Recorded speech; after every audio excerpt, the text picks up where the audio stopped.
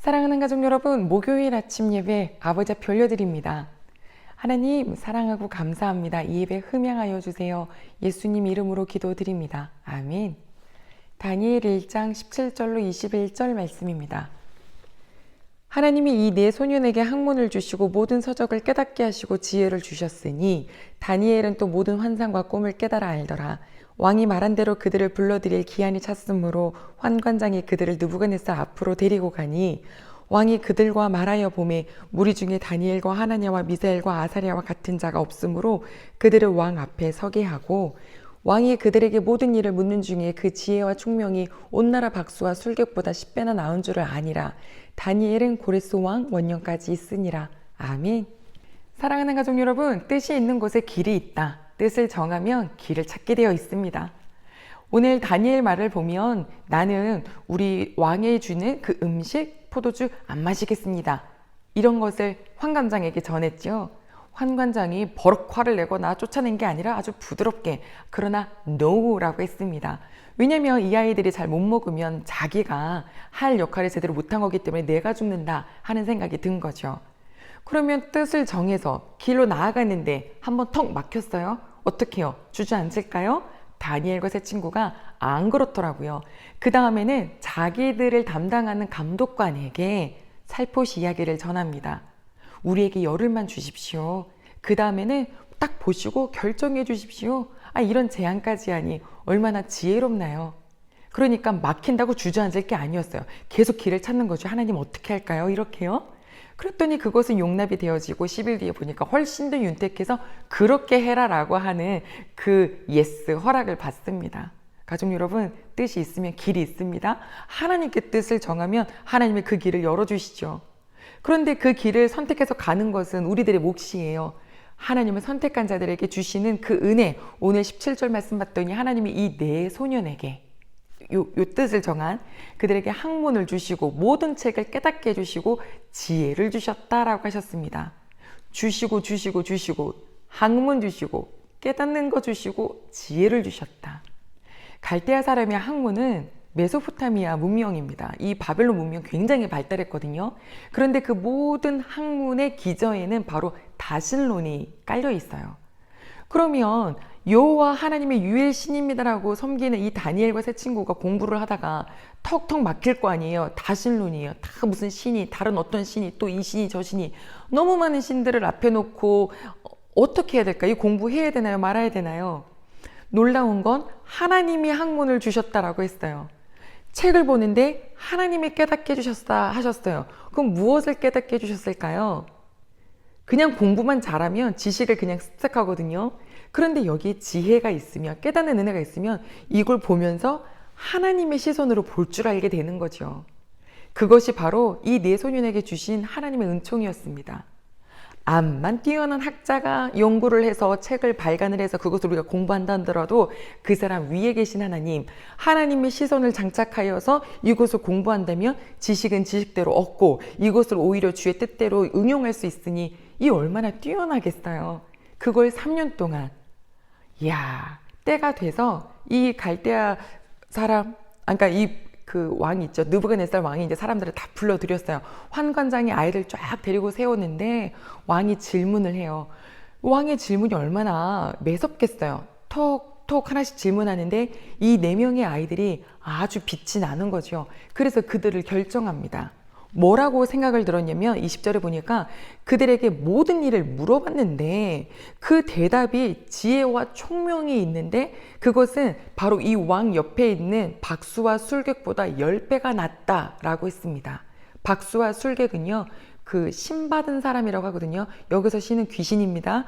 귀신 받아서 이렇게 하십시오, 저렇게 하십시오, 영험하다라고 하는 그런 영적 존재들. 그러니까 왕도 그런 존재들에게 막 힘을 얻는 거잖아요. 지혜를 얻는데 그들보다 10배나 낫다. 당연하죠. 하나님의 영이 함께하는 사람인데요. 그것을 왕도 알아차립니다. 사랑하는 가족 여러분, 이 네 명의 아이들이 공부할 때요. 사실 이거는 열심히 공부하면 누구를 위한 학문이 되나요? 바벨론을 위한 학문이 돼요. 이 바깥으로 봤을 때는 변절자처럼 보일 수 있죠.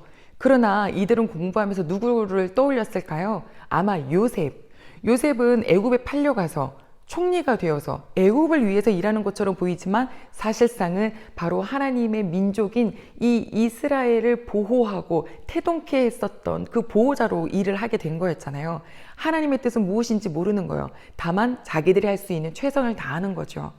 하나님께 뜻을 정하여 하나님의 길을 가겠다라고 한 뒤에 손 놓고 있는 거 아닙니다. 학문, 서적 깨닫게 하셨다? 그러려면 공부는 내가 해야 되는 거예요.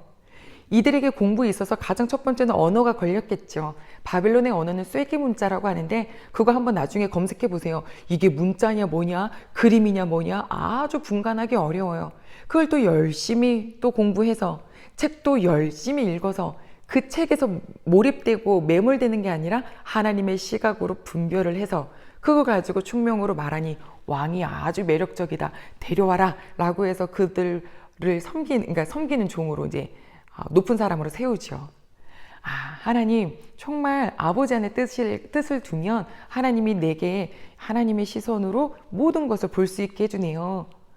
그래서 우리가 세상에 나가서 어떤 사람들은 세상에 나가면 안 돼. 이렇게 안으로 이렇게 안아드리려고 하잖아요.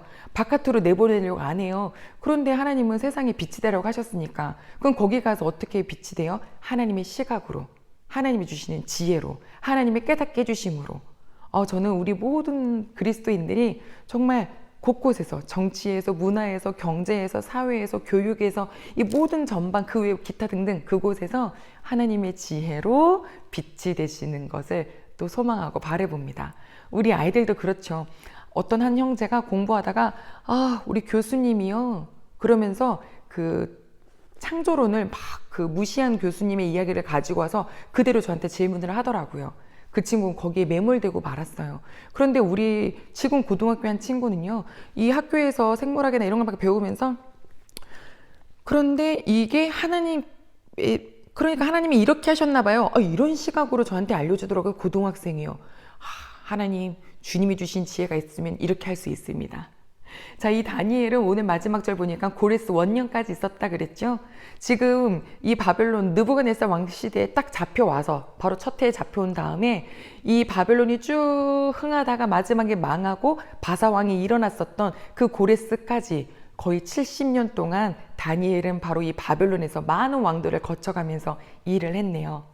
자, 가족 여러분, 오늘 뜻을 정하시겠습니까? 하나님의 뜻을 쫓아가겠다. 거기서 끝나면 안 되죠. 내게 주신 역할 또 최선을 다해야죠. 그럼 그 안에 주님이 총명과 지혜를 주셔서 세상 사람들이 봤을 때 당신 입에서 나오는 말은 학식은 없는 걸로 아는데 어떻게 이렇게 지혜롭지? 어떻게 이런 생각을 했어? 라고 할 만큼 놀랄 때 우리 속으로 하나님께 영광하게 되는 그런 일상, 오늘 목요일이 되시기를 소망합니다. 기도하겠습니다.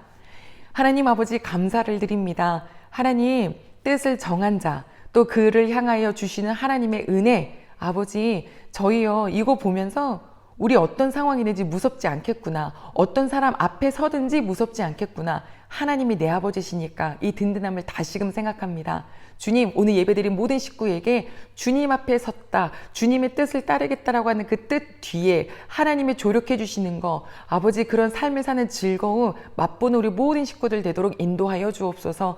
예수님의 이름으로 기도드립니다. 아멘.